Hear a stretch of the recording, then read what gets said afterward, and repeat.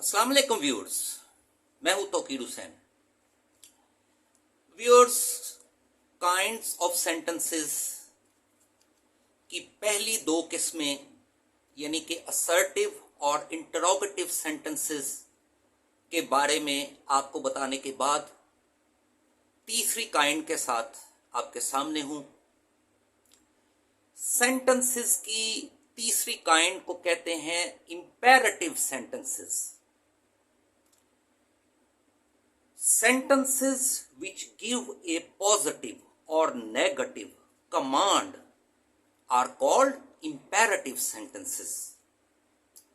वो जुमले यानी जिनमें आपको पॉजिटिव कुछ करने की या नेगेटिव कुछ ना करने की कोई कमांड दी गई नजर आती हो, उन सेंटेंसेस को इंपेरेटिव सेंटेंसेस कहते हैं। अब यहां कमांड का मतलब कोई शाही फरमान या हुक्म नहीं है, या बदतमीजी वाली वो कह ले लहजा नहीं है। मिसाल के तौर पे एक सेंटेंस है, प्लीज ओपन द डोर, और दूसरा सेंटेंस है, do not make a noise. अब यहां मैं आपको एक और बात क्लियर कर दूं कि हमारे इस मुआशरे में प्लीज के वर्ड को शायद कमजोरी की निशानी समझा जाता है कि जी बड़ा कमजोर है, मुझे कह रहा है प्लीज, खुद चूंकि कर नहीं सकता, ये इसमें हिम्मत नहीं है, तो मुझे कह रहा है प्लीज। जबकि इंग्लिश लैंग्वेज के तहत मैं आपको उनके मुआशरे की बात नहीं कर रहा, मैं इंग्लैंड की मुआशरे की बात नहीं आपसे कर रहा। वहां भी बड़े बड़े जाहिल और बदतमीज हैं और इलिटरेट और अनएजुकेटेड हैं, मगर उनकी जुबान क्या सिखाती है? वो ये सिखाती है कि आप किसी से अगर कोई काम करने के लिए भी कह रहे हैं तो आप उसको प्लीज कहें, ठीक है, ना कि ओए दरवाजा खोल। और अगर आप कोई और उनको बात करने के लिए किसी बात से रोकना चाह रहे हैं, ठीक है कि नहीं, तो आप बड़े पोलाइट वर्ड्स इस्तेमाल कर सकते हैं कि do not make a noise, ठीक है। यहां पे ये इंग्लिश लैंग्वेज में प्लीज का वर्ड जो है वो जनरली कह लें एक रिस्पेक्ट के तौर पे इस्तेमाल किया जाता है, और इसी तरह से थैंक यू का वर्ड भी है, ठीक है कि नहीं।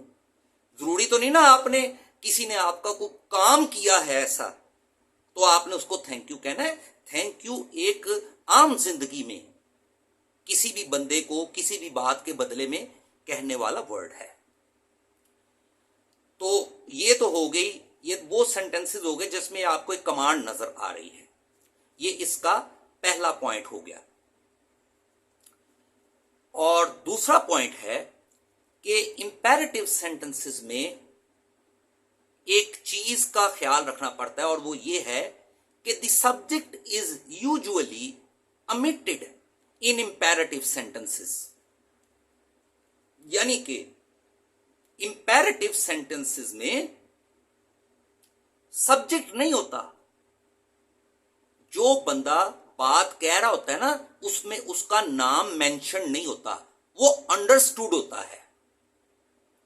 अब मिसाल के तौर पे जैसे कि मैं अगर किसी को कह रहा हूं कि प्लीज ओपन द डोर, तो मैं ये किसी वो कह ले कि दीवार को या दरवाजे को खुद तो नहीं ना कह रहा। ये अंडरस्टूड बात है कि मेरे सामने कोई है और जो मेरे सामने है वो यू है, ठीक है कि नहीं, और मैं उसको कह रहा हूं या यू है या एक से ज्यादा भी हो सकते हैं, ठीक है कि नहीं।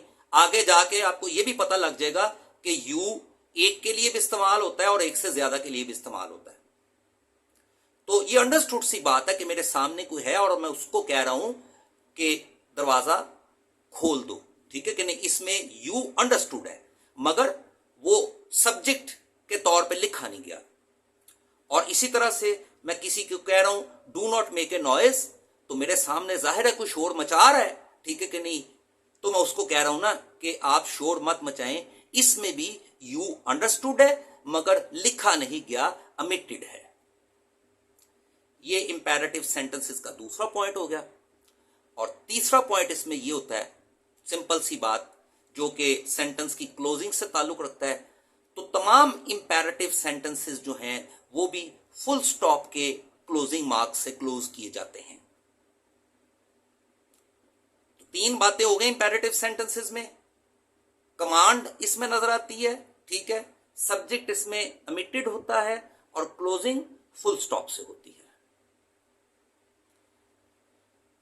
پوائنٹ آپ کو سمجھ میں نہ آ رہا ہو یا کوئی ذہن میں سوال ہو تو مجھے پوچھیے. Thank you.